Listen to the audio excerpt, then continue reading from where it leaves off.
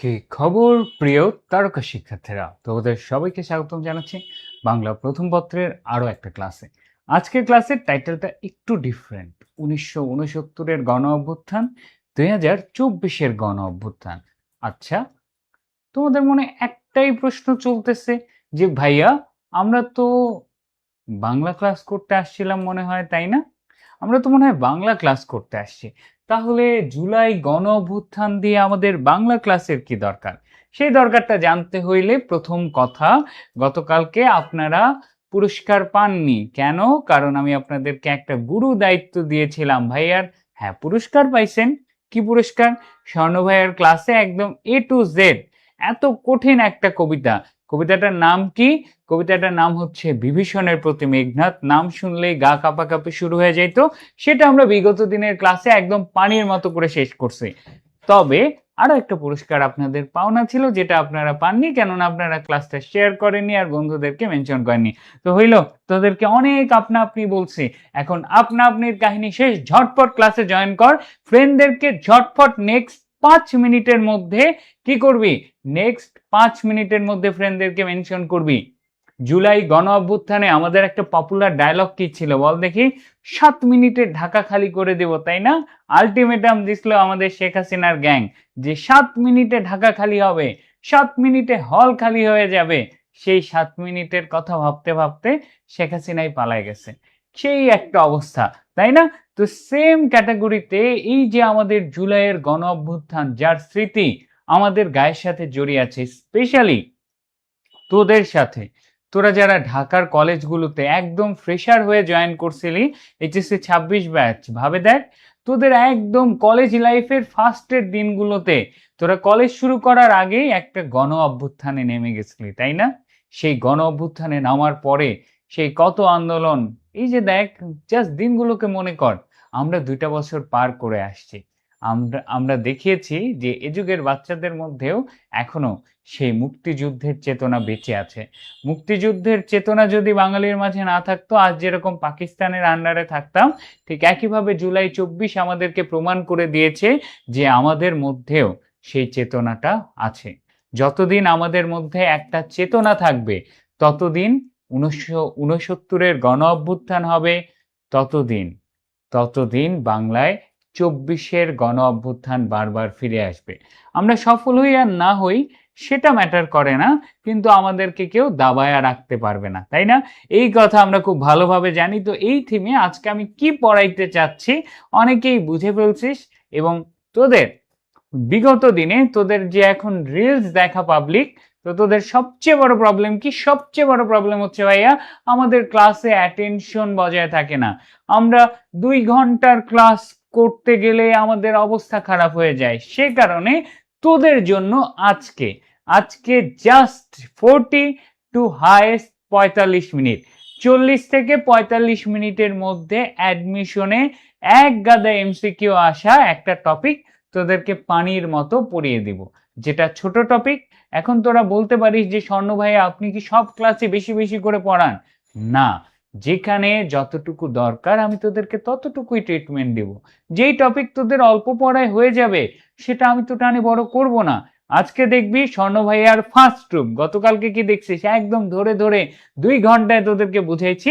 আজকে কি করব? আজকে স্বর্ণ ভাইয়া অন্য অবতারে আসছে, এবং এই অবতারে ক্লাসটা করতে হলে এই যে 7 মিনিটে ঢাকা খালি করতে হবে। তো 7 মিনিটে ঢাকা খালি করার উপায় কি? ঝটপট ক্লাসটা মেনশন করো, ফ্রেন্ডদেরকে শেয়ার করো। এবং আজকে আমরা এমন একটা টপিক পড়বো, বলতেছি তো আজকের ক্লাসে, কালকে বিভীষণের প্রতি মেঘনাদ অনেক বড় টপিক দেখে তোর হয়তো আমার ক্লাসটা 2 বার করতে হইতে পারে, বাট আজকের ক্লাসটা ফেব্রুয়ারি 1969 রিভিল করে দিলাম। কি পড়াবো? ফেব্রুয়ারি 1969। এই ক্লাসটা আজকে এখন এই অবস্থায় করে তুই যদি প্রপারলি নোট করিস, আমি লিখে দিলাম যে আর কখনো এটা নিয়ে তোকে আর কনফিউশনে থাকতে হবে না। একদম সিরিয়াস লেভেলের পড়াশোনা হবে আজকে। মাত্র 30 থেকে 40 মিনিট, হাইয়েস্ট 45 মিনিটে তোর একটা পুরো টপিক শেষ অ্যাডমিশনের। কিভাবে শেষ হবে চলো আমরা দেখে নেই, ঠিক আছে? সো ঝটপট ক্লাসে চলে আসো। এবং যারা এই যে আমাদের আরো কমার্সেরও কিছু বাচ্চা কাচ্চা আমাদের সাথে জয়েন হয়েছে, তো আপনারাও ঝটপট একটু ক্লাসে চলে আসেন। দেখি কয়টা খচ্চর আসছে, কয়টা খচ্চরের দল ক্লাসে চলে আসছে সেটা আমরা আরেকবার দেখে নিব। দেখে নিয়ে আমরা আমাদের আলোচনায় চলে যাব। দেখি খচ্চরের দলের সংখ্যা কত। আহা, এখনো আসেনি, এখনো মেনশন হয়নি। হবে না হবে না হবে না, ঝটপট রকেট গতিতে HSC 26, 27, 28 admission, second time foundation, ভাই সবার জন্য আজকের ক্লাসটা। কেন? ওই যে বললাম না গতকালকে লাগছে যে তোরা তো রিলস দেখা পাবলিক, প্রথম প্রথম আমি 2 ঘন্টার ক্লাস নিয়ে মনে হচ্ছে যে কয়েকটারে ভয় পাওয়াই দিছি। ভাই এতগুলা পড়া, এত পড়ান, তো আজকে একটু শান্তি দেই, ঠিক আছে? আজকে মাত্র 40-45 মিনিট পড়া হবে, কিন্তু যে পড়া হবে সেই পড়া তোর পুরো অ্যাডমিশন লাইফ, পুরো এইচএসসি লাইফে লাগবে। তো চলে যাই আমরা, তোরা কথা না রাখলে তোরা গাদ্দার। বা যেভাবে আমাদের জুলাইয়ের সাথে গাদ্দারি হয়েছে, 1969-এর গণ অভ্যুত্থানের সাথে গাদ্দারি হয়েছে, গণ অভ্যুত্থানের পরে আমাদের মুক্তিযুদ্ধের সাথেও গাদ্দারি হয়েছে।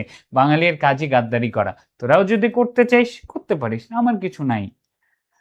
আমার দেওয়ার কিছু ছিল না, একটা লাইন ছিল না, রিক্ত আমি সিক্ত আমি, দেবার কিছু নাই, আছে শুধু ভালোবাসা দিয়ে গেলাম তাই। এই বলে তো আমাদের হাসিনা আপা হেলিকপ্টারে উঠে পালায় গেছে। এখন তোরাও যদি ওরকম করে পালাইতে চাইস, গাদ্দারি করতে চাইস, তাইলে ক্লাসটা শেয়ার করিস না, না হলে করবি, ঠিক আছে? ওকে। আর এগুলো শেয়ারের আবল তাবল কথা বলতে ভাল লাগে না, আমার দ্বারা এগুলো হয় না। আমার কাজ হচ্ছে পড়ানো, এবং আমি কি করব, আপনাকে ধরিয়া ধরিয়া সবকিছু তুলিয়া ধরিয়া তুলিয়া খাইয়া দিব, অর্থাৎ আপনাকে পড়াই দিব খুব ভালোভাবে। তো আমাদের টপিক কি? আমাদের টপিকের আগে আমি কালকে তোদেরকে একটা জোশ দিতে ভুলে গেছি। স্বর্ণ ভাইয়ার ক্লাসে আসবি, কি বলবো, তোদের হাতে এমন একটা ক্ষমতা আছে, যারা অ্যাডমিশন দিবি স্পেশালি, এটা তাদের জন্য বলতেছি। অ্যাডমিশন ক্যান্ডিডেট, তোদের হাতে এমন একটা ক্ষমতা আছে যে তোরা নিজের ভাগ্য বদলাইতে পারিস, নিজের মা বাবার ভাগ্য বদলাইতে পারিস। এমন কি তোকে যে টিচারটা পড়ায়, সেই টিচার লাইফের যত স্ট্রাগলের মধ্য দিয়ে যাক, তোর এই সফলতা সেই টিচারটাকেও কাঁদাতে পারে। আমি জাস্ট এই লাইনটা কেন বলছি, আজকে থেকে যতবার স্বর্ণ ভাইয়ের ক্লাসে আসবি, এই একটা লাইন মাথায় মুখে থাকবে। আজকে থেকে যতগুলো এইচএসসি 26-এর ক্যান্ডিডেট আছিস, একদম একটা কথা মাথায় গেঁথে ফেল, করিলাম পণ থামিবে না রণ, যতদিন না ঘটিবে পাবলিকিয়ান হিসেবে আমার পদার্পণ। একটা কবিতার লাইন তোর লাইফের মোটো হবে, পারলে বইয়ের খাতায় চিপকায় রাখ, দেয়ালে চিপকায় রাখবি, প্রত্যেক দিন এই কথাটা পড়বি, করিলাম পণ, পণ করলাম, থামিবে না রণ, আমার এই যুদ্ধ থামবে না, নিজের সাথে, পরিবেশের সাথে, নিজের পড়াশোনার সাথে, সবকিছুর সাথে, যতদিন না পর্যন্ত আমি ঢাবিয়ান বা আমি পাবলিকিয়ান হয়ে একটা জায়গায় যাব। এটা আজকে থেকে লিখে রাখ। কেন বললাম জানিস, এই কয়েকদিন আগে তোদের ঢাবির সংবর্ধনা হইলো, এই লাইনটাই তোদের একটা ভাইয়া রিপিট করছে। এই লাইন আমি বিগত 3-4 বছর ধরে সবাইরেই বলি। তুই ও যখন হুট করে বক্তৃতা দিতে আসলো, ছেলেটার মুখে দাড়ি পাঞ্জাবি পরে আসছে, আচ্ছা আমি বুঝলাম কি বলবে, শুনবো। আমি বসে আছি, হাতে ফোন ছিল, সিরিয়াসলি ফোন টিপতেছিলাম। তো হুট করে ও যখন ক্লাসের মধ্যে আসে বলল, করিলাম পণ থামিবে না রণ, যতদিন না ঘটিবে ঢাবিয়ান হিসেবে আমার পদার্পণ। না না, ঘটে গেছে ঢাবিয়ান হিসেবে আমার পদার্পণ। যেই লাইনটা যখন বললো না, থাকে না একটা ফিল করা যায়। আসলে মানুষ বলে না যে বুকে লাগলো, সত্যিকারে এই টাইপের যখন লাইফে ইমোশন ফেস করবি, কেন জানি হার্টে, সিরিয়াসলি হার্টে লাগে, একদম বুকের ভিতরটা ধক করে উঠলো, যে এতদিন ধরে এতগুলো বাচ্চাকে পড়াচ্ছি, এবং তোরা যখন চান্স পাইস সেগুলোই কি করে, আমাদেরকে সফল বানায়, আমাদেরকে ভালো ফিল করায়। এই পণটা সবার মাথায় লিখে রাখ। ভাইয়ার একটাই চাওয়া থাকবে, পুরো অ্যাডমিশন সিজনে এডুকেশনে আয় না আয় আমি জানি না, আসলেই তোর জন্য বেটার হবে। যদি নাও আসিস, যতগুলো ফ্রি ক্লাস থাকবে সেগুলো ভালো করে করবি, এই ক্লাসটাও ফ্রিতে যাচ্ছে। বাট ভাইয়ার এই কথাটা নিজের লাইফের মোটো কর। কোনো এক মোমেন্টে যে এরকম ভাবে যখন তোকে দেখবো তুই সত্যিকারে ঢাবিয়ান বা পাবলিকিয়ান হয়েছিস, সেই মোমেন্টে ভাইয়ারা সফল।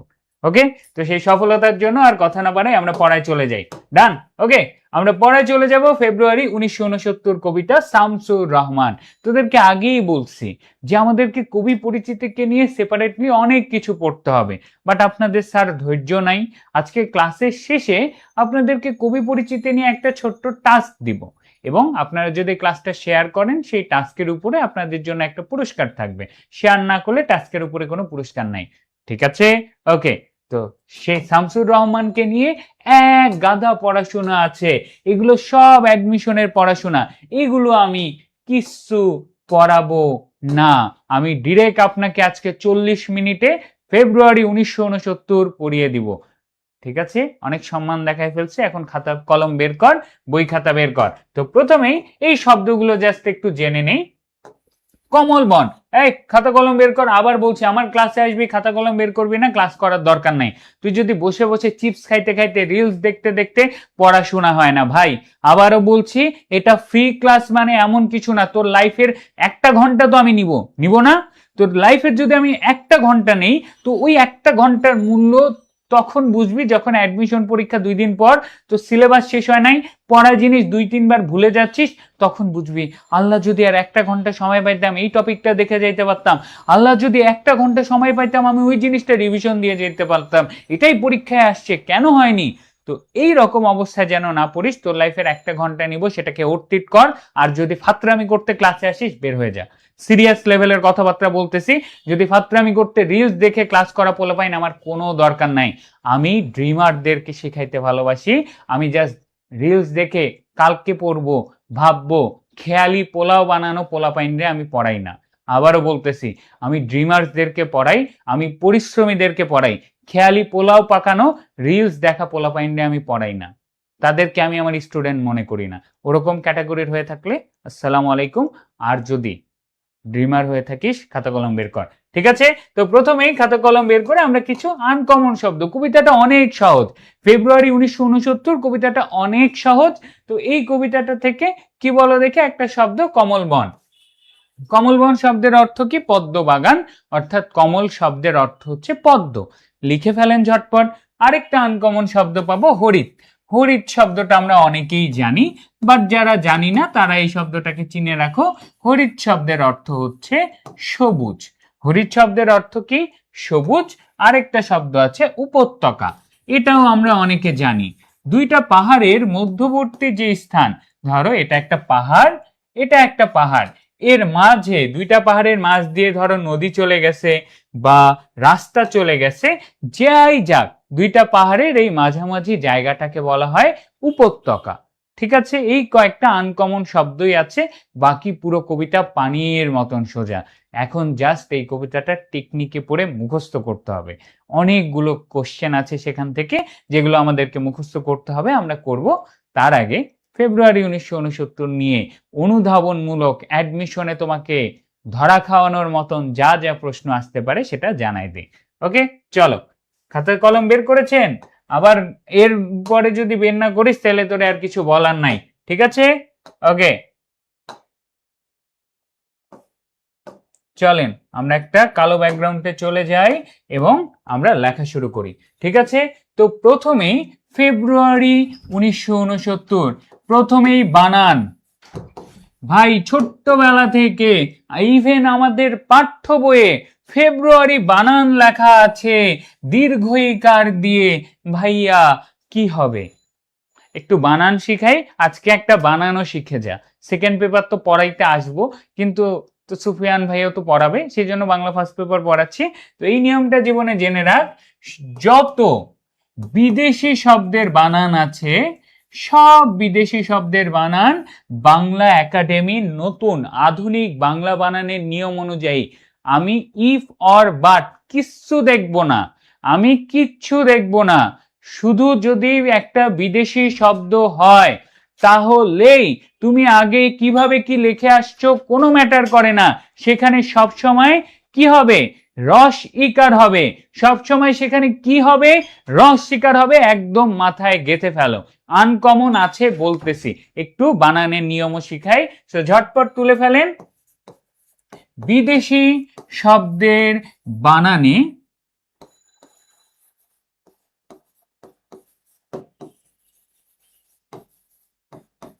সর্বদা রস ইকার হবে। শুধু এটাই না, তোরা জানিস ছোট্টবেলা থেকে যে উচ্চারণ স্বরেও স্বরা শিখে আসছিস, এটাও তোদের ভুল। এই যে আমি বললাম স্বরে ও স্বরেয়া, এটা নামে কি বাংলায় আসলেই কিছু আছে? চল ওটাও তোদের শিখাই দিই। আজকে একটু বলছি না 45 মিনিট, কিন্তু কি বলবো, পড়াইতে ধরলে এত মজা লাগে যে তোদের ছাড়তে ইচ্ছা করে না।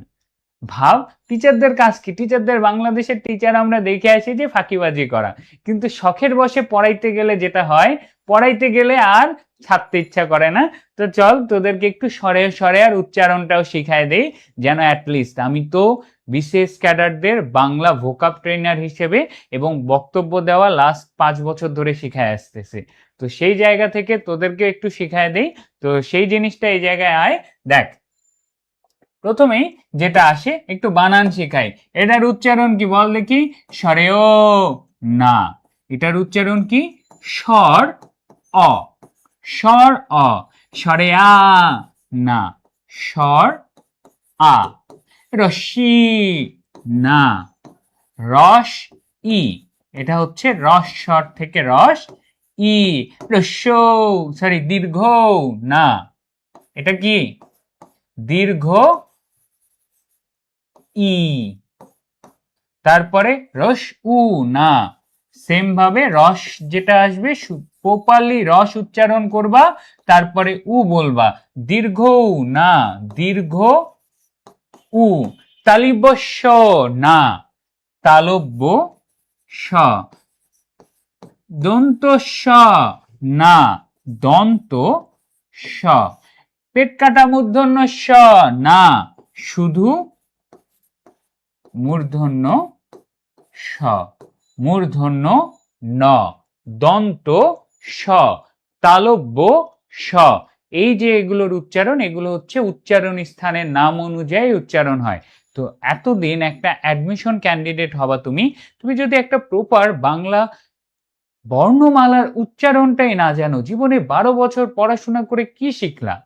এই বেসিক জিনিসটা অনেকেই জানো কিন্তু ইউজ করো না। এখন থেকে কেউ যদি তোমাকে বলে এটা কি, স্বরে ও না, স্বর অ। স্বরে আনা, স্বর আ। রস ইনা, রস ই।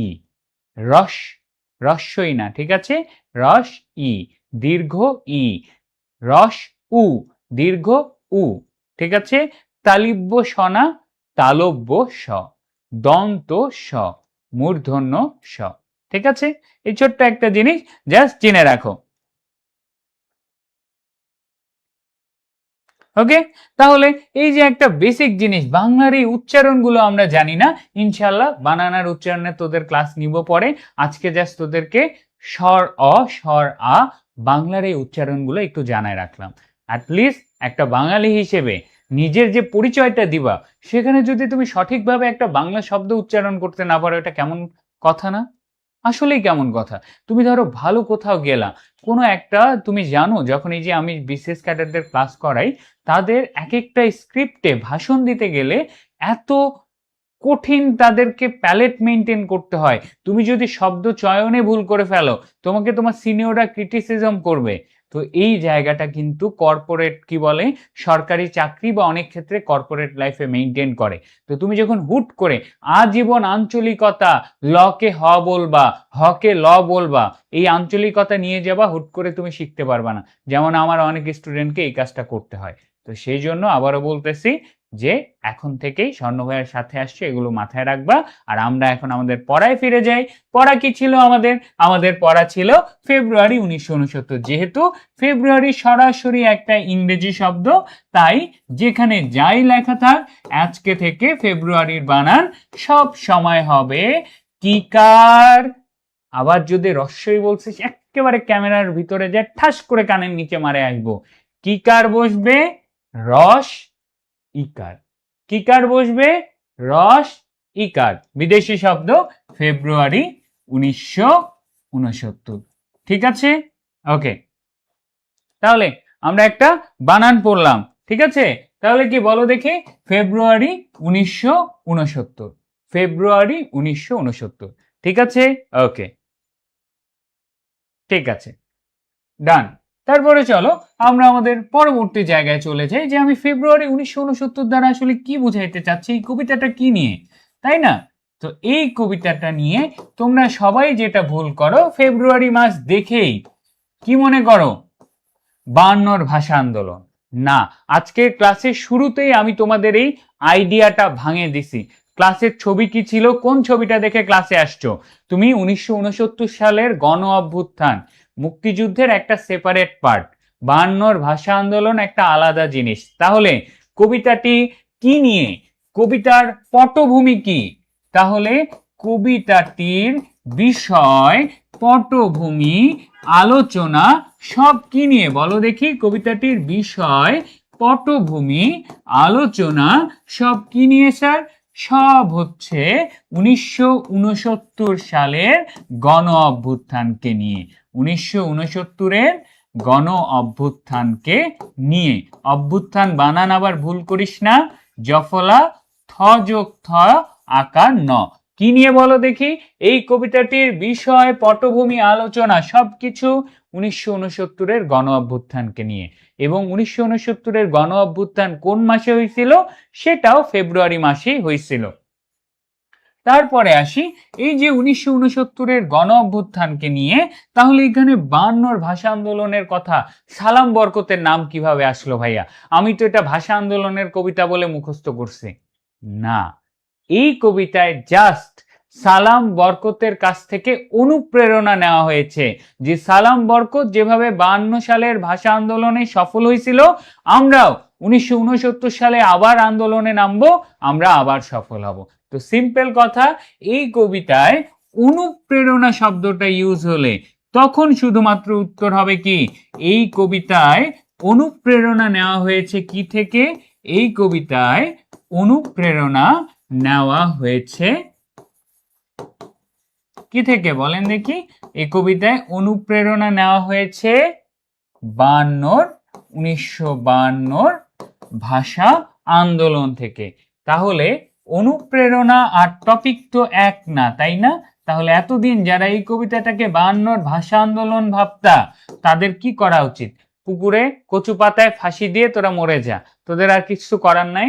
যারা এতদিন কবিতাটা পড়েও একে 52 ভাষা আন্দোলন নিয়ে ভাবতিস, তারা একটু মাথাটা ক্লিয়ার করে ফেল যে এই কবিতা 52 ভাষা আন্দোলন নিয়ে না, এই কবিতার পুরো থিম 1969 সালে যে গণ অভ্যুত্থান হয়েছে সেই গণ অভ্যুত্থান নিয়ে। দেখি তোরা তো জিকে পড়বি না, বাংলাদেশের পুরা মুক্তিযুদ্ধ তোকে মুখস্থ করতে হবে। তো জুলাই গণ অভ্যুত্থান জিকের জন্য যেমন গুরুত্বপূর্ণ, 69-এর গণ অভ্যুত্থানও গুরুত্বপূর্ণ। এবং ক্লাস শেয়ার কর না কর, আমি দুইটা ট্যালেন্টেড বাচ্চা খুঁজতে চাই, তোদেরকে একটু জিকে কোশ্চেন করি। আমাকে 1969-এর গণ অভ্যুত্থানের 2 জন শহীদের নাম বল। কেউ যদি ঝটপট চ্যাট জিপিটি সার্চ দিয়ে অ্যান্সার করছিস ভাই, উপরে আল্লাহ দেখতেছে আর তোর ব্রেন দেখতেছে যে তুই একটা চোর, পরীক্ষার হলে ফোন হাতে নিতে পারবি না। না পারলে বলি ভাইয়া পারবো না, চ্যাট জিপিটি মারে পশ সাজে লাভ নাই ভাই, পরীক্ষার হলে তো চ্যাট জিপিটি থাকবে না, কোনোভাবেই পারবি না। ঢাবির হলে আমাকে হাতে এই যে একটা ঘড়ি পরতে দেয় নাই, সো অ্যাডমিশনে তোমার এই চোরটামি চলবে না ভাইয়া। সো এই কাজ করতে যাইস না, না পারলে বলবি পারবি না, শিখবি, ঠিক আছে? 1969-এর 2 জন শহীদের নাম বলো। যে বলতে পারবা বুঝবো সে আসলেই এখনই অ্যাডমিশনের জন্য জিকেতে প্রিপেয়ার হয়ে যাচ্ছে। ভাই জিকে পড়তে গেলে, বাংলা পড়াচ্ছি মানে সবকিছু নিয়ে আইডিয়া আছে, তো বলতেছি জিকের জন্য এটা একটা অতীব গুরুত্বপূর্ণ কোশ্চেন। দেখি কেউ পারিস কিনা। রফিক জব্বার, ঠিক আছে? সালাম বরকত, এই খচ্চর 1969 সালে সালাম বরকত মরছে 52 ভাষা আন্দোলনে, তাহলে স্বর্ণ ভাইয়া শহীদ, তাই না? এই কনফিউশন রাখা যাবে না, এই জন্যই আজকে আমার আশা, ঠিক আছে?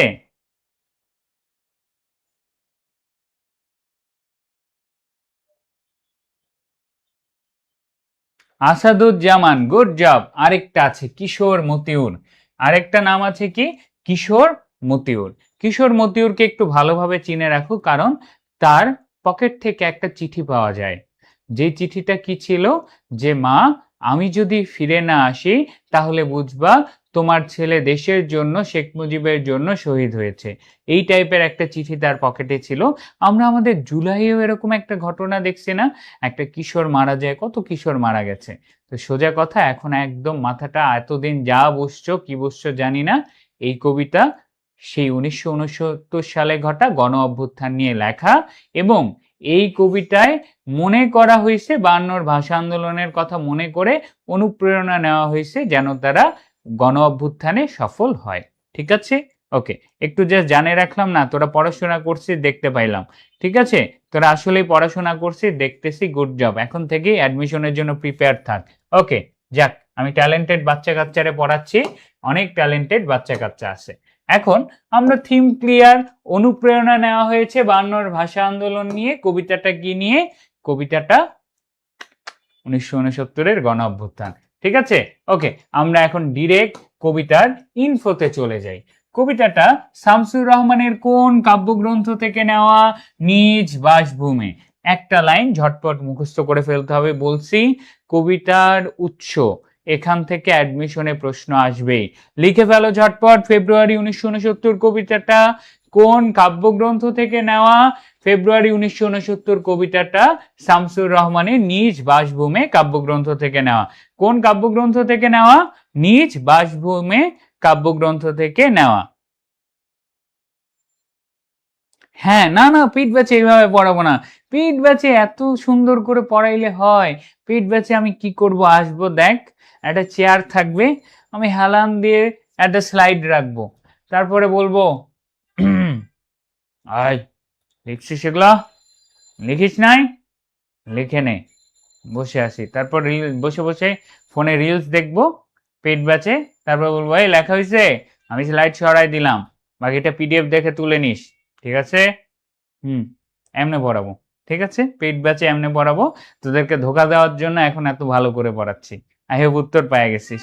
ঠিক আছে, ওকে।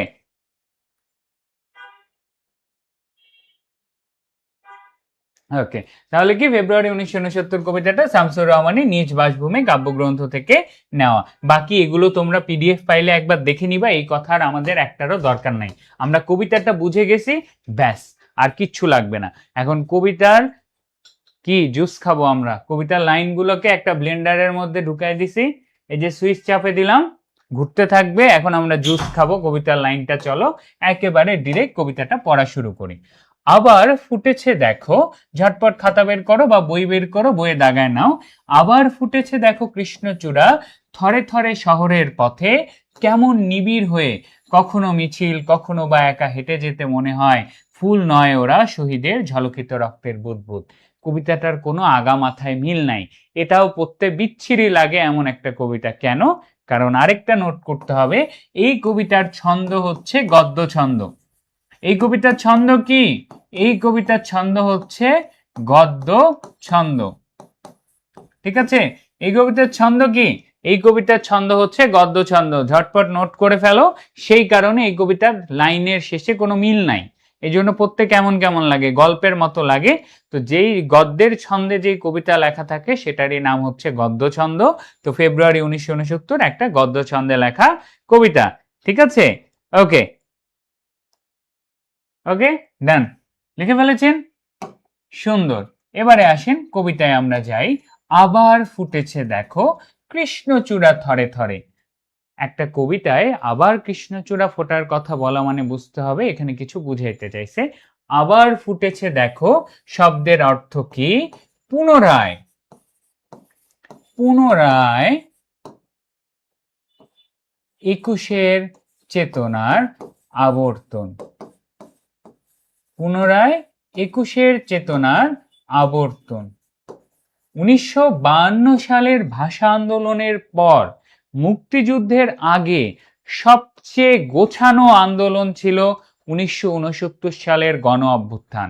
52-র পরে অনেক আন্দোলন হয়েছে, কিন্তু 1969 সালের গণ অভ্যুত্থান ছিল এমন একটা আন্দোলন যেখানে আবার পুলিশের গুলিতে মানুষ মারা গেছে, সেই জন্য এই লাইনটাকে বলা হচ্ছে আবার ফুটেছে দেখো কৃষ্ণচূড়া থরে থরে শহরের পথে। তাহলে এই যে আবার ফুটেছে লেখাটির দ্বারা কি বোঝায়? পুনরায় ২১-এর চেতনার আবর্তন বা পুনরায় ৫২-র ভাষা আন্দোলনের চেতনার আবর্তন। একটু লিখে রাখেন স্যারেরা পাশে। অর্থাৎ আবার সেই চেতনা ফিরে আসছে।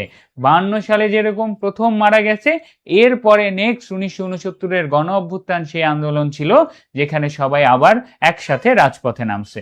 ঠিক আছে, বাসভূমে হবে, ভূমি না, নিজ বাসভূমে। তাহলে পুনরায় ২১-এর চেতনার আবর্তন আবার ফুটা দ্বারা কি বোঝাইছে? পুনরায় ২১-এর চেতনা মানে ওই ৫২-র ভাষা আন্দোলনের চেতনার ফুটে উঠছে। ওকে, তারপরে এই কবিতা থেকে সবচেয়ে বেশি রিপিট হওয়া কোশ্চেন কি? সেই কোশ্চেন বলেন দেখি। সেই কোশ্চেনটা হচ্ছে কৃষ্ণচূড়া থরে থরে।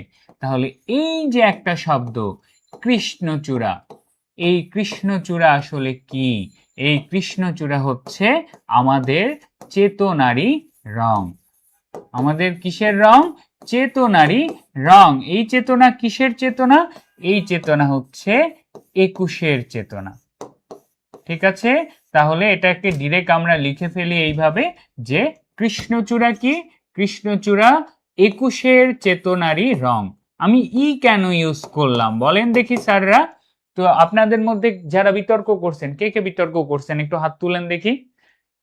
সনাতনী বিতর্ক যখন করেন টপিকগুলো কেমন থাকে? শিশু শ্রম নিরসনই পারে বাল্যবিবাহ রোধ করতে। যদিও বা টপিকটা হয় নাই, হুদায় অনেক দিন থেকে আসলে বিতর্ক করা হয় না। যারা কলেজ লাইফে বা স্কুল লাইফে বিতর্ক করছিস ভিটিভিতে আমারে দেখে থাকতে পারিস, বাট যারা একদম তোরা দেখবি না, তোদের ভাইয়ারা আরো আগে দেখবে। আমি স্কুল লাইফে করতাম, কলেজ লাইফে এত বেশি করা হয় নাই। আর ভার্সিটিতে আসে তোদেরকে পড়াইতে আমার দিনরাত চলে যায়, আমি আর বিতর্ক করবো কই। কিন্তু শখের একটা জায়গা, যাই হোক। তো এই যে চেতনারী প্রত্যয়টা যোগ করে দেওয়া হয়, যে এই প্রত্যয় দ্বারা বোঝানো হয় এটাই কি মেইন রিজন, তাই না? তো এই যে প্রত্যয় এটা অবশ্যই লিখতে হবে, শুধু চেতনার না, চেতনারী রং। অর্থাৎ এই কৃষ্ণচূড়া কি? এই কৃষ্ণচূড়া ২১-এর চেতনার প্রতিনিধিত্ব করে। ক্লিয়ার? তাহলে কৃষ্ণচূড়া কিসের রং? ২১-এর চেতনারী রং। কিসের রং বলো দেখি? ২১-এর চেতনারী রং। ক্লিয়ার? ওকে, এখন তোমাদের একটা অ্যাডমিশনে কোশ্চেন আসছিল ২১-এর চেতনার রং কি? অপশনে কৃষ্ণচূড়া নাই, আছে লাল। ভাই কৃষ্ণচূড়ার কালার কি? লাল কালার। তাহলে ওই জিনিসটারই পাশে লিখে রাখো কৃষ্ণচূড়া ২১-এর চেতনারী রং প্লাস কি? লাল। কৃষ্ণচূড়া ২১-এর চেতনারী রং আর কি? প্লাস লাল। এটা ডিরেক্ট একটা নর্মাল কোশ্চেন। এই কৃষ্ণচূড়া আমাদের কিসের রং? ২১-এর চেতনারই রং। এই চেতনার রং কি? লাল। ঠিক আছে, তারপর এখান থেকে একটা জ্ঞানমূলক আসতে পারে, হুবহু লাইন থেকে কোশ্চেন। কৃষ্ণচূড়া কেমন ভাবে ফুটেছে? ঝটপট তুলে ফেলেন। কৃষ্ণচূড়া কেমন করে ফুটেছে? নিবিড় হয়ে। কৃষ্ণচূড়া কেমন করে ফুটেছে? উত্তর হচ্ছে নিবিড় হয়ে। কৃষ্ণচূড়া কেমন করে ফুটেছে? কৃষ্ণচূড়া নিবিড় হয়ে ফুটেছে। ঠিক আছে, এটা আরেকটা জ্ঞানমূলক কোশ্চেন, এটাও স্যারেরা ঝটপট তুলে ফেলেন। হলুদ না? হলুদ কই থেকে পাইলি? এদিকে হলুদ না, এই জায়গায় হলুদের কোনো নাই, এখানে শুধু লাল। এখানে হলুদের কোনো খাওয়া নাই, এখানে কি শুধুই লাল। ঠিক আছে, ওকে। কৃষ্ণচূড়া কেমন করে ফুটেছে? কৃষ্ণচূড়া নিবিড় হয়ে ফুটেছে। নিবিড় হয়ে ফুটেছে। কৃষ্ণচূড়া কি এখানেই শেষ? না, কৃষ্ণচূড়াকে নিয়ে আরো নোট করতে হবে। আর একটা নোট কি? কৃষ্ণচূড়াকে তুলনা করা হয়, কৃষ্ণচূড়াকে তুলনা করা হয় কিসের সাথে? তুলনা করা হয় শহীদের ঝলকিত রক্তের বুদবুদের সাথে। শহীদের ঝলকিত রক্তের বুদবুদের সাথে। শহীদের ঝলকিত রক্তের বুদবুদের সাথে। এটার মানে কি? পাশে ব্র্যাকেটে লিখে রাখবা শহীদের আত্মত্যাগের সাথে। কৃষ্ণচূড়াকে একুশের চেতনাও বলা হয়, আবার তাকে কিসের সাথে তুলনা করা হয়? শহীদের আত্মত্যাগের সাথে বা শহীদের ঝলকিত রক্তের বুদবুদের সাথে। আবার শহীদের ঝলকিত রক্তের বুদবুদ দ্বারা কি বোঝায়? ভাইয়া রক্ত, আত্মত্যাগ, তারা মারা গেছে, দেশের জন্য জীবন দিছে, এই জিনিসটা এখানে বোঝানো হচ্ছে। তাহলে খুবই সিম্পল, কৃষ্ণচূড়াকে তুলনা করা হয় শহীদের ঝলকিত রক্তের বুদবুদের সাথে, বা শহীদের ঝলকিত রক্তের বুদবুদ কি? কৃষ্ণচূড়া। এটা দ্বারা কি বোঝায়?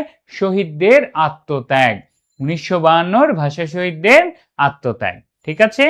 এবং কি স্মৃতিগন্ধে ভরপুর শহীদের আত্মত্যাগের সাথে প্লাস শহীদের স্মৃতির সাথে। শহীদের আত্মত্যাগ এবং কি শহীদদের স্মৃতির সাথে তুলনা করা হয়। কাকে?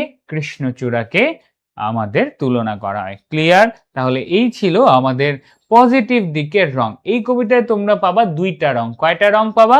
দুইটা রং। একটা পাবা কৃষ্ণচূড়া, আর একটা পাবা হচ্ছে একুশের চেতনার বিপরীত রং। কৃষ্ণচূড়াকে নিয়ে যা যা এমসিকিউ আসবে ভাইয়ার সাথে মুখস্থ বলে ফেলো। কৃষ্ণচূড়া কি? একুশের চেতনারই রং। কৃষ্ণচূড়া একুশের চেতনারই রং, রং হচ্ছে লাল। কৃষ্ণচূড়া কি একুশের চেতনারই রং? রং হচ্ছে লাল। যে পথে ঘাটে কৃষ্ণচূড়া কেমন করে ফুটছে? নিবিড় হয়ে। কেমন করে ফুটছে? নিবিড় হয়ে। আবার পথে ঘাটে কোন ফুল ফুটছে? কৃষ্ণচূড়া ফুটছে। তারপর কি কৃষ্ণচূড়াকে কিসের সাথে তুলনা করা হয়?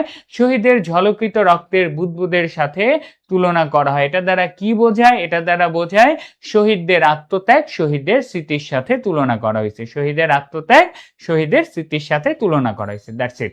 কৃষ্ণচূড়া খতম। আমি কি বলছি? এই কবিতার রং কয়টা? দুইটা। এক নাম্বার রং পাইলাম কৃষ্ণচূড়া রং, দুই নাম্বার রংটা কি ভাইয়া? একুশের চেতনার বিপরীত রং। এই রঙের কোনো কালার বলা নাই, বা কালারটা আমরা কল্পনা করে নিতে পারি। একুশের চেতনার কি রং? একুশের চেতনার বিপরীত রং। এই রংটার কোনো কালার বলা নাই, আমরা কালার ধরে নিতে পারি। তো ধরবো পরে, আগে পরে ধরবো। আগে জানবো একুশের রং একটা, আর একটা হচ্ছে একুশের চেতনার বিপরীত রং। এই রং নিয়ে এমসিকিউ কি কি আছে? এক নাম্বার, চোখে ভালো লাগে না। চোখে ভালো লাগে না কোন রং? একুশের চেতনার বিপরীত রং। চোখে ভালো লাগে না, একুশের চেতনার বিপরীত রং। সন্ত্রাস আনে কোন রং? একুশের চেতনার বিপরীত রং। 3 নাম্বার নোট, পথঘাট ছেয়ে গেছে কোন রঙে? আমরা তো সবাই আগায় আগায় দিয়ে আসবো কি? দিয়ে আসবো যে কৃষ্ণচূড়া দিয়ে পথঘাট ছেয়ে গেছে। না, কৃষ্ণচূড়া ফুটছে, বাট পথঘাট মানে পুরো বাংলাদেশকে ছেয়ে গেছে কোন রঙে? এই একুশের চেতনার বিপরীত রঙে। এখন একুশের চেতনার বিপরীত কারা?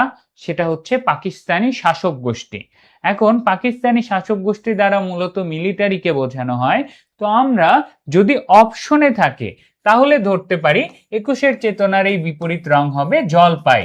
যদি শুধুমাত্র কিসে থাকে? অপশনে থাকে, যে কি বলো দেখি, যে জলপাই অপশনে আছে, তাহলে একুশের চেতনার বিপরীত রং কোনটা? সেটা হচ্ছে জলপাই। একুশের চেতনার বিপরীত রং কোনটা? সেটা জলপাই। যদি ওই টিচার এটাকে জলপাই ভাবে থাকে, অনেকে আবার এটাকে কালো ভাবতে পারে। কালো মানে অন্ধকার। একুশের চেতনার বিপরীতে পাকিস্তানি শাসক গোষ্ঠী অন্ধকার নিয়ে আসছে, আমাদের পথঘাট ছেয়ে ফেলছে, সন্ত্রাস আনছে। তো কালো বা জলপাই দুটোই হতে পারে। আবার রং যেহেতু বলা নাই, অন্য যে কোনো কিছু হইতে পারে। এটার মানে কি ভাইয়া? একটা কবিতাকে আমাদেরই যখন কবিতা পড়ায়, যে কোনো আমাদের যখন সাহিত্যিক কোনো টিচারের ক্লাস করি, তখন দেখবা যখন আমাদেরকে কোনো কবিতা পড়ায় আমাদের কাছে ওপেন করে দেয়। একটা কবিতা একটা খোলা বইয়ের মতন, তুমি ওটাকে নানাভাবে ব্যাখ্যা বের করতে পারবা। তুমি তোমার কল্পনায় একুশের চেতনার বিপরীত দ্বারা মিলিটারি বা জলপাই রং ভাবতে পারো, আরেকজন এটাকে বাংলার জন্য অন্ধকার কালো রঙও ভাবতে পারে। যেহেতু কবি ডিরেক্ট কোনো ফুল দিয়ে বা কালার দিয়ে বুঝায় দেয়নি, সেই জন্য এখানে দুটোই অ্যান্সার হবে। এখন কোনটা অ্যান্সার করব? তো ইদানিংকালে টিচারদের অনেকগুলো বোর্ড পরীক্ষার প্রশ্নে জলপাই রং শব্দটা বেশি ব্যবহার হচ্ছে। সো অপশনে যদি জলপাই রং থাকে তাহলে অবশ্যই 21-এর চেতনার বিপরীত রং কি? জলপাই। এটা ধরে নিব যদি এরকম প্রশ্ন অ্যাডমিশনে আসে। আর যদি না আসে তাইলে তো নাই, জাস্ট জেনে রাখলাম। ঠিক আছে? আর যদি অপশনে জলপাই না থাকে, অপশনে শুধু কালো থাকে, তখন বুঝবো ওই টিচার কালো ভাবছে, অ্যান্সার করবা কালো। তাহলে অপশন দেখে প্রশ্ন বুঝে সময় ধরে ধরে আমাদেরকে কি করতে হবে? অ্যান্সার করতে হবে। ঠিক আছে? এতক্ষণ পর্যন্ত ক্লিয়ার স্যাররা? ওকে, ঠিক আছে। ওকে, এতক্ষণ পর্যন্ত ক্লিয়ার কিনা আমাকে একটু জানান একেবারে। তাহলে 21-এর চেতনার বিপরীত রং কি? জলপাইও হইতে পারে, কালো হইতে পারে, অপশন অনুযায়ী ডিপেন্ড করবে। এই রং কি করে? 1 নাম্বার, চোখে ভালো লাগে না কোন রং? 21-এর চেতনার বিপরীত রং। সন্ত্রাস আনে কোন রং? 21-এর চেতনার বিপরীত রং। পথ ঘাট ছেয়ে গেছে কোন রং? 21-এর চেতনার বিপরীত রং। এইভাবেই বাংলাকে খালি জিকের মতন ঠাডা ঠাডা ঠাডা মুখস্থ করা লাগবে, আর কিছু করার নাই ভাই। বাংলা এরকমই মুখস্থ করা। যেমন কৃষ্ণচূড়াকে নিয়ে মুখস্থ করলাম, সেম ভাবে কৃষ্ণচূড়া কি? লাল রং। 21-এর চেতনারই রং। শহীদের ঝলকিত রক্তের বুদবুদ, শহীদের স্মৃতি, শহীদের আত্মত্যাগ, সব কৃষ্ণচূড়া। সেম ভাবে আরেকটা রং 21-এর চেতনার বিপরীত রং। ঠিক আছে? ওকে, ডান। চলো, আমাদের অর্ধেক 50% কবিতা এখানেই শেষ। এইটুকু এই রঙের আলোচনায় আমাদের 50% কবিতা পড়া শেষ। কি বলেন ভাইয়া? বিশ্বাস হয় না? আমি বিশ্বাস করি না আপনাকে, বিশ্বাস করতে হবে, আসলেই শেষ। ঠিক আছে? ওকে, তারপরে আসো, বলে দিলাম তো দুটোই অপশনে থাকলে জলপাই বেশি ইউজ হচ্ছে, সেই জন্য জলপাই দাগাবো। আর যদি অপশনে জলপাই না থাকে তাহলে কালো দাগাবো। ঠিক আছে? ওকে, বলেই দিয়েছি দুটোই যদি থাকে। ঠিক আছে? ওকে, তারপরে আসি, আর একটা প্রশ্ন আছে, কি বলো দেখি? সারা দেশে আজ কিসের অশুভ আস্তানা? একটা জ্ঞানমূলক কোশ্চেন। সারা দেশে আজ কিসের অশুভ আস্তানা? সারা দেশে আজ কিসের অশুভ আস্তানা? বলেন দেখি, সারা দেশে আজ কিসের অশুভ আস্তানা? ঘাতকের। এই ঘাতক কে? এই ঘাতক হচ্ছে পাকিস্তানি শাসক গোষ্ঠী বা পাকিস্তানি মিলিটারি। সারা দেশে পাকিস্তানি শাসক গোষ্ঠীরা কি করেছে বলেন দেখি? পাকিস্তানি শাসক গোষ্ঠীরা এই পুরো দেশকে অধিগ্রহণ করেছে, সেই জন্যই বলা হচ্ছে সারা দেশ আজ কাদের অশুভ আস্তানা? ঘাতকের অশুভ আস্তানা। এই ঘাতক কারা? পাকিস্তানি শাসক গোষ্ঠী। তাহলে শুরু থেকেই বলা হচ্ছে, দেখো আবার আমরা আন্দোলনে নামছি, 52-র ভাষা আন্দোলনের মতন শহীদদের আত্মত্যাগ স্মৃতিকে সম্বল করে আমরা নামছি। এই কৃষ্ণচূড়াই আমাদের চেতনার রং, আমাদের 21-এর চেতনা।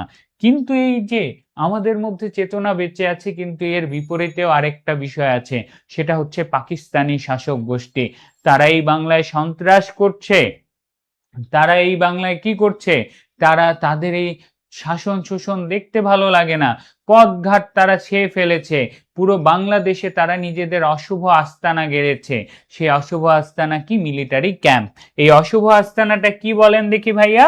এই অশুভ আস্তানা হচ্ছে মিলিটারি ক্যাম্প। সারা দেশে পাকিস্তানি বাহিনী যে বিভিন্ন মিলিটারি ক্যাম্প বানিয়েছে, এই অশুভ আস্তানা দ্বারা এই মিলিটারি ক্যাম্পটাকেই বোঝায়।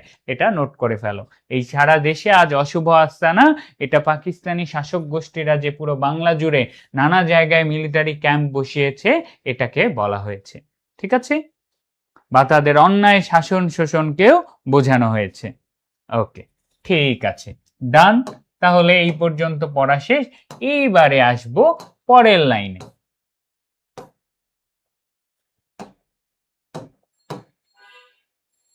আমি আর আমার মতোই বহু লোক। তারপর আরেকটা সুন্দর নোট, ফেব্রুয়ারি 1969 কবিতায় কয় ধরনের লোকের কথা বলা আছে? ফেব্রুয়ারি 1969 কবিতায় কয় ধরনের লোকের কথা বলা আছে? কবিতায় কয় ধরনের লোকের কথা বলা আছে? তুলে ফেলেন স্যাররা।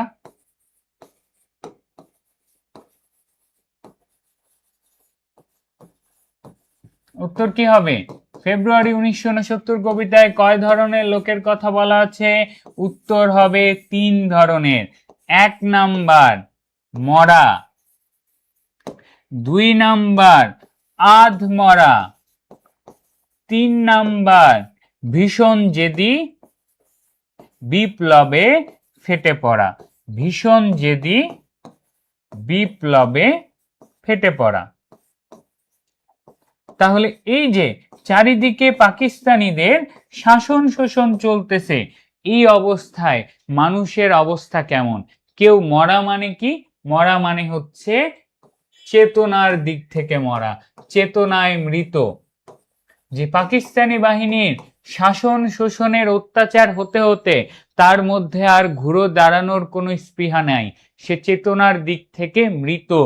কেউ আধমরা, তার মধ্যে চেতনার কিছু অল্প একটু বেঁচে আছে, আবার সে অল্প মরে গেছে, তার মধ্যে চেতনা অর্ধেক মরে গেছে, হালকা কিছু চেতনা নিজের মধ্যে লুকায় রাখছে, সে হচ্ছে আধমরা।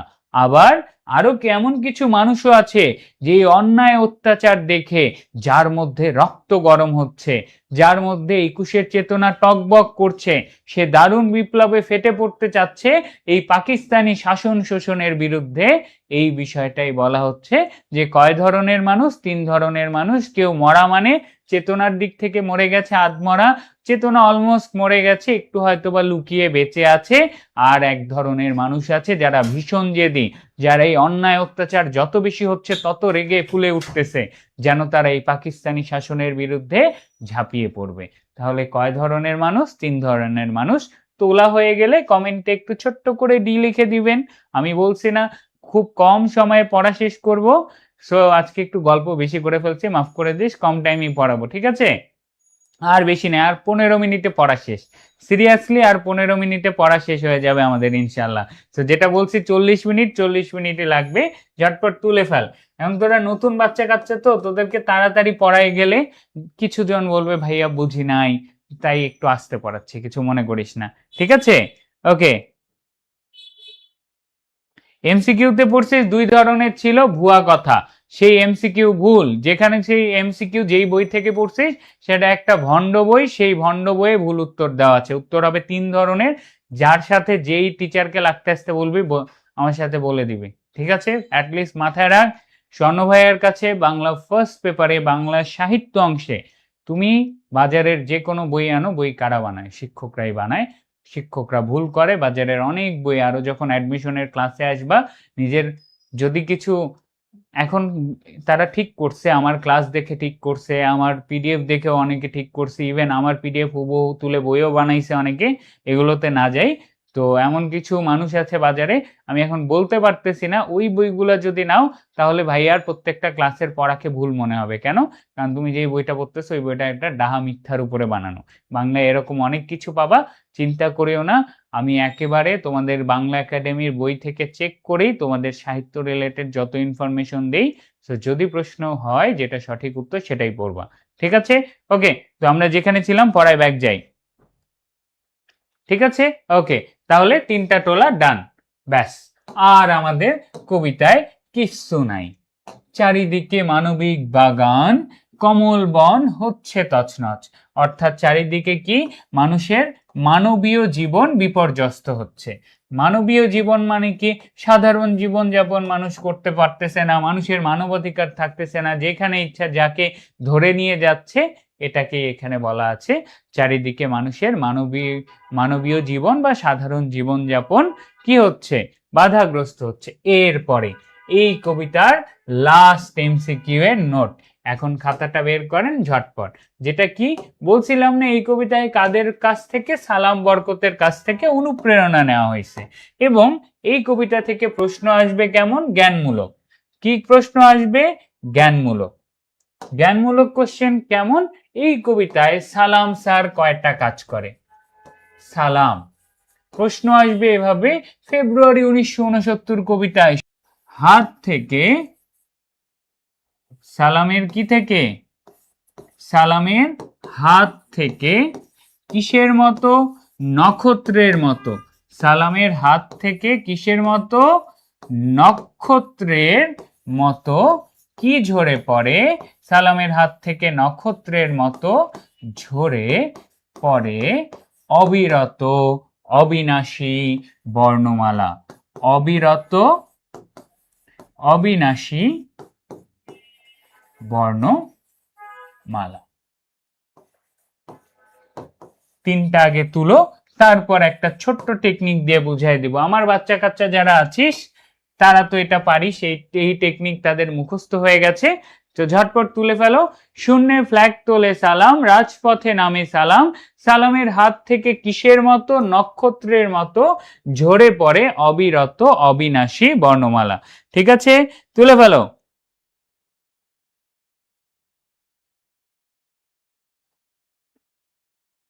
ঠিক আছে, ওকে।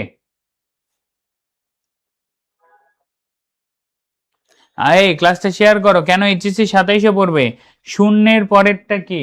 শূন্যে ফ্ল্যাগ। ফ্ল্যাগ আবারও বলছি, কালকের ক্লাসেই বলছি, এখন যারা নতুন বাচ্চা কাচ্চা আছিস জানবি, একটা ওয়ানাবি ডাক্তার তোদেরকে পড়াচ্ছে। ডাক্তারি না পড়েও আমি তোদের জন্য ডাক্তার। কেন? কারণ হচ্ছে আমার হাতের লেখা খারাপ। ঠিক আছে, লেখ।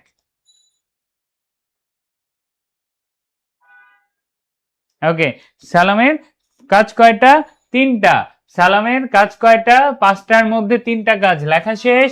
শূন্যে ফ্ল্যাগ তোলে, রাজপথে নামে, সালামের হাত থেকে নক্ষত্রের মতো ঝরে পড়ে অবিরত অবিনাশী বর্ণমালা। তিনটা শেষ, ডান। এবার এই তো টিচার বাবা মায়ের পরে কার স্থান? শিক্ষকের স্থান না? সেই জায়গা থেকে আবার ভাইয়াকে দেখে কিউট কিউট মনে হয় দেখে ভাবিস না, টিচার যখন পড়াবে সে টিচার তোর চেয়ে 10 বছরের যদি ছোট হয় তাও সে তোর অভিভাবকের জায়গায়। সেটা থেকে বলছি, ওগুলা আজাইরা আবল তাবল কমেন্ট করিস না। ঠিক আছে, ওকে। সো সালামের পরবর্তী অংশে আসি। সালামের এটা নিয়ে সবচেয়ে বেশি কনফিউশন হয়। সালামের চোখ আলোচিত ঢাকা। সালামের চোখ কি? আলোচিত ঢাকা। সালামের মুখ তরুণ শ্যামল পূর্ব বাংলা। সালামের চোখ আলোচিত ঢাকা, সালামের মুখ তরুণ শ্যামল পূর্ব বাংলা। এই চোখ মুখ নিয়ে কি হয়? কনফিউশন হয়। এই চোখ মুখ নিয়ে কি হয়? কনফিউশন হয় যে কোনটা কি বলবো। তো এটাও আমি বুঝাই দিচ্ছি। স্বর্ণ ভাইয়ার চেহারাটা দেখো, ঠিক আছে? না, আমার চেহারা সুন্দর না, তাও দেখাচ্ছি, কারণ আছে, সেটা বলি। এই যে ভাইয়ের চেহারাটা দেখতেছিস, চেহারাটা একটা বড় জিনিস, বড় একটা জিনিস। এই মুখের একটা ছোট্ট অংশ কি? ঢাকা। বাংলাদেশ একটা বড় জিনিস, বাংলাদেশের একটা ছোট্ট জায়গা ঢাকা, তাই না? সেম ভাবে এই টেকনিকটাও মনে রাখবি। সালামের মুখ বড় জিনিস, তরুণ শ্যামল পূর্ব বাংলা। সালামের চোখ ছোট জিনিস, ঢাকা বাংলাদেশের একটা পার্ট মাত্র। সো এখন আর ভুলবি, মুখ তরুণ শ্যামল পূর্ব বাংলা, চোখ আলোচিত ঢাকা। মুখ তরুণ শ্যামল পূর্ব বাংলা, পুরো বাংলা বড় জিনিস, চোখ ঢাকা। ছোট্ট একটা টেকনিক না? এই সেম ভাবে মনে রাখবি, আর চোখ মুখের এমসিকিউ জীবনে ভুল হবে না। ঠিক আছে, কি বলো দেখি? চোখ মুখ জীবনেও ভুল হবে না। সালামের চোখ কি হবে? আলোচিত ঢাকা, ছোট্ট জিনিস, পুরা মুখ তরুণ শ্যামল পূর্ব বাংলা। ঠিক আছে, ওকে, ডান। ঠিক আছে, ওকে। তাহলে এই ছিল আমাদের সালামের অংশ। এবার আসি বরকত। বরকত কাজ করছে দুইটা, এটা খালি ঠাডা মুখস্থ করলেই হবে। বরকত কি করে যদি প্রশ্ন আসে? ঘাতকের থাবার সম্মুখে বুক পাতে কে? ঘাতকের থাবার সম্মুখে বুক পাতে বরকত। তারপরে আসবে হচ্ছে গাঢ় উচ্চারণে, গাঢ় উচ্চারণে শহীদের আত্মত্যাগের কথা বলে কে? বরকত। গাঢ় উচ্চারণে শহীদের আত্মত্যাগ, দুঃখিনী মাতার অশ্রু জলের কথা বলে, আত্মত্যাগ দুঃখিনী মাতার অশ্রু জলের কথা বলে বরকত। দুঃখিনী মায়ের অশ্রু জলের কথা বলে কে? বরকত। ব্যাস, বরকতের কাজ কয়টা? দুইটা। সালামের কাজ কয়টা? দুইটা। তাহলে এই কবিতায় শহীদ কয়জন আছে? এই কবিতায় শহীদ আছে দুইজন। ভাষা শহীদ কয়জন? দুইজন। কে কে? সালাম আর বরকত, যাদের কাজগুলো আমরা আগেই মুখস্থ করে ফেললাম। সালাম আর বরকত। গাঢ় উচ্চারণে শহীদের আত্মত্যাগ, দুঃখিনী মায়ের অশ্রু জলের কথা বলে কে? অশ্রু জলের কথা বলে বরকত। ঠিক আছে, বরকতের কাজ দুইটা, ঝটপট তুলে ফেলেন, শেষ। আমাদের কবিতা পড়া শেষ। কবিতা থেকে যা যা এমসিকিউ আসতে পারে অলমোস্ট পড়ায় ফেলছি, আর দুই একটা জাস্ট ছোট্ট জিনিস আছে। সেটা কি? সেই লাইনটাই আমরা এখান থেকেই পড়াবো। ওকে, শূন্যে ফ্ল্যাগ তোলে। এই ক্লাসে ছিলি তুই? এই আব্দুল আব্দুল কাদিম না কি, এদিকে আয়। ক্লাসে ছিলি? শুরুতে কাকে নিয়ে পড়াইছি ভাইয়া? সালাম। শূন্যে ফ্ল্যাগ, সালামের কাজ কয়টা? পাঁচটা। শূন্যে ফ্ল্যাগ তোলে, রাজপথে নামে, হাত থেকে অবিরত অবিনাশী বর্ণমালা ঝরে পড়ে কিসের মতো? নক্ষত্রের মতো। এখান থেকে তো পাঁচটা এমসিকিউ হয়ে গেছে। সেটা কে? সেটাও সালাম। তারপরে কি? সালামের মুখ, বাংলা, মুখের একটা ছোট্ট অংশ চোখ, আলোচিত ঢাকা। ডান। বরকতের কাজ কয়টা? দুইটা। একটা কি? এক নাম্বার হচ্ছে কি? ঘাতকের থাবার সম্মুখে বুক পাতে। দুই নাম্বার গাঢ় উচ্চারণে দুঃখিনী মাতার অশ্রু জল আর শহীদের আত্মত্যাগের কথা বলে। এটুকুই তো, ব্যাস এটুকুই। ওকে, সরে গেছি। ভাইয়ের চেহারাটা দেখতে ভালো লাগে না? না,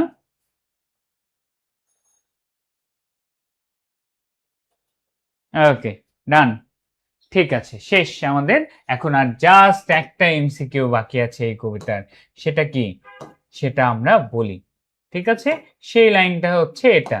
এই জায়গা থেকে আসে, আর বরকত বলে গাঢ় উচ্চারণে, এখনো বীরের রক্তে দুঃখিনী মাতার অশ্রু জলে, ফোটে ফুল বাস্তবের বিশাল চত্বরে।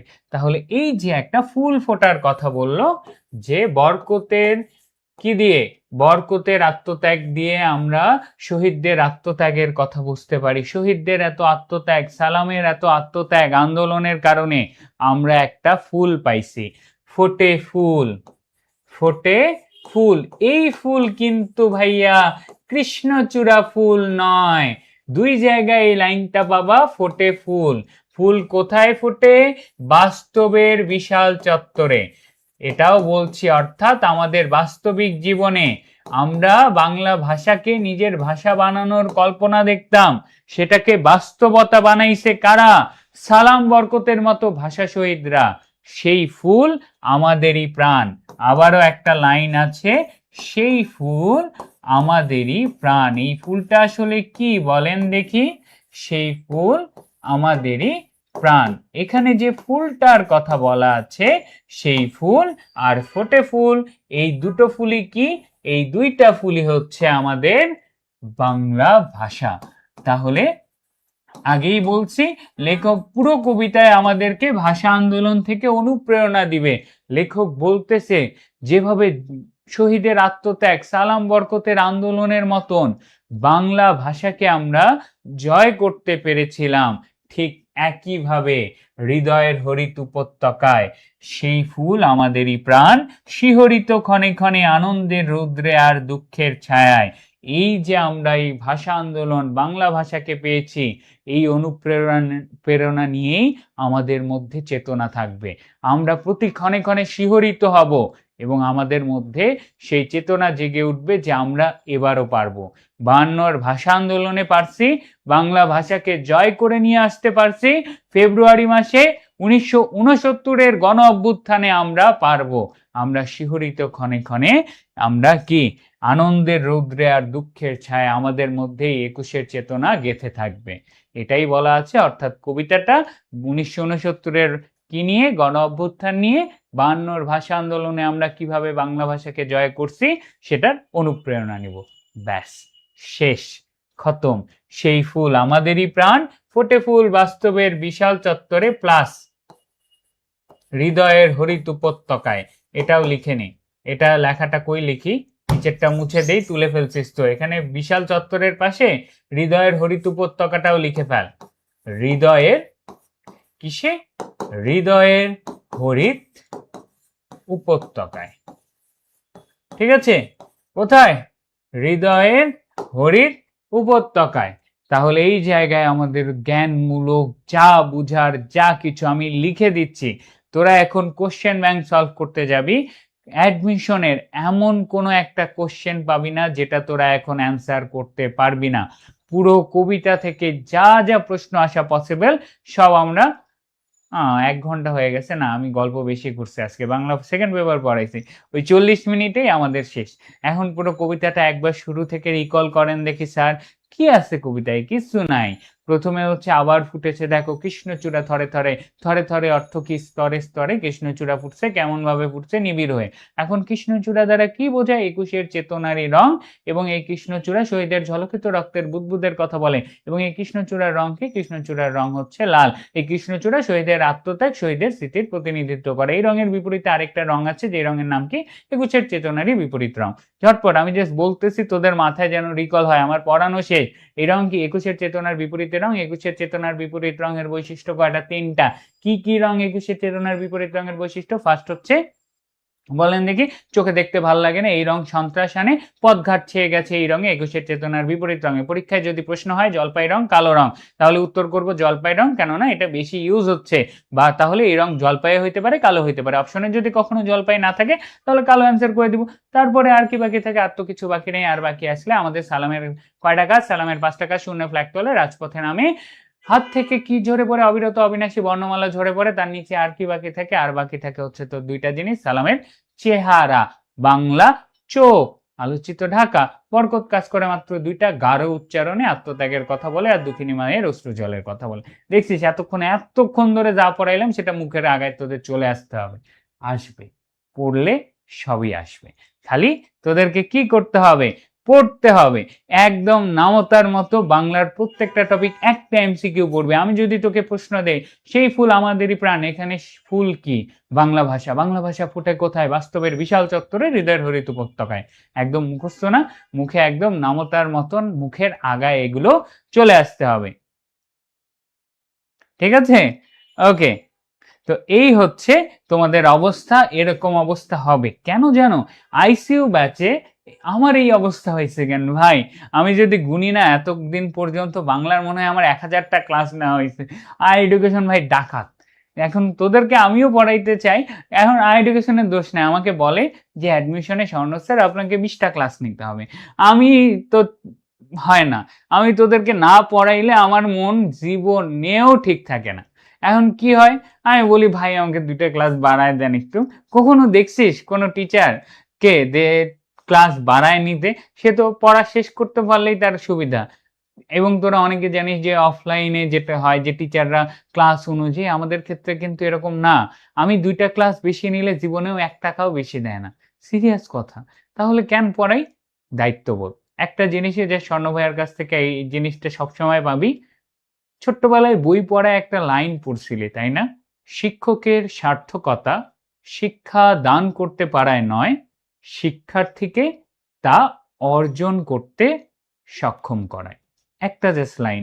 ওই লাইনটা আমার বইয়ে এত বেশি হিট করছে, কেননা আমার সব টিচার, আমি খুব পিকি ছিলাম, সায়েন্স ব্যাকগ্রাউন্ড থেকে ছিলাম, আমি সব টিচারের পড়া আমার ভাল লাগতো না।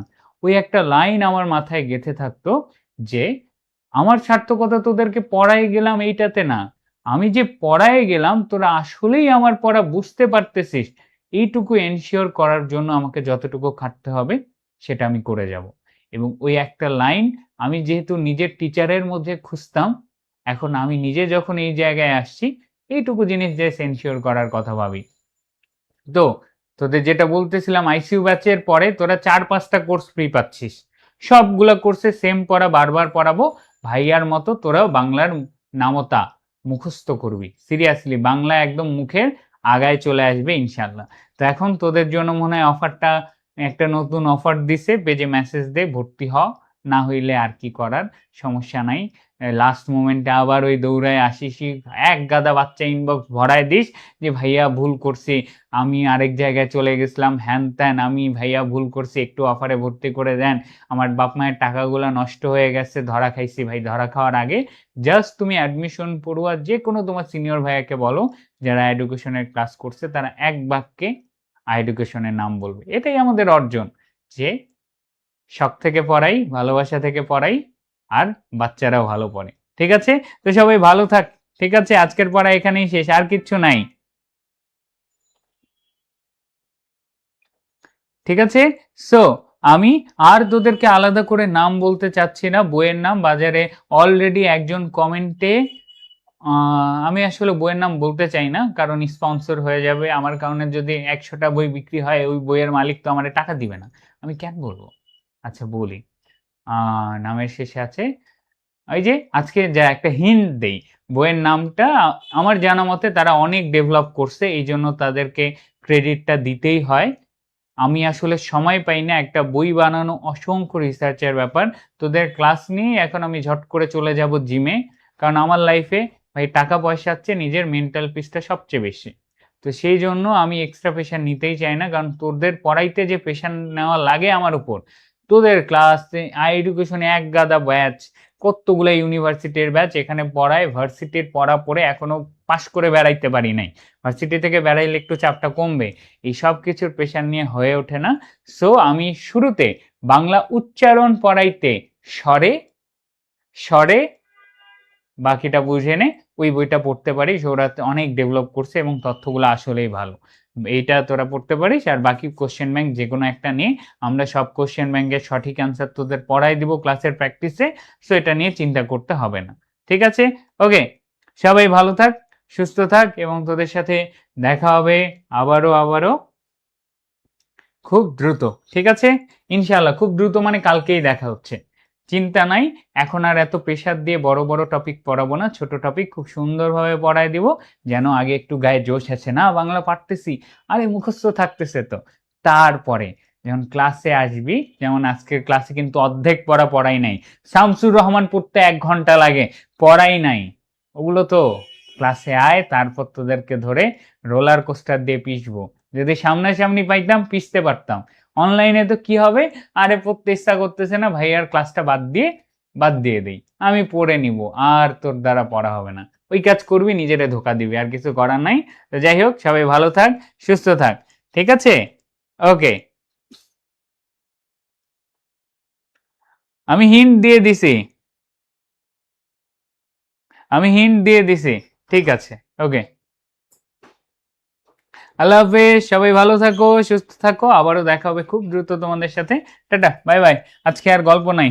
ঠিক আছে, সবাই ভালো থাকো।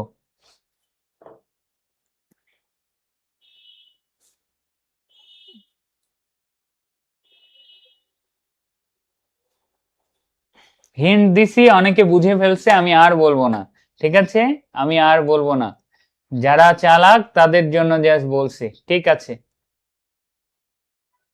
না একটা বই রাখতে পারো, লেকচার শিট তোমার প্র্যাকটিসের জন্য, বাট বই রাখলে বেটার হয়। ঠিক আছে, ওকে, ঠিক আছে, সবাই ভালো থাকো, সুস্থ থাকো, বাই বাই।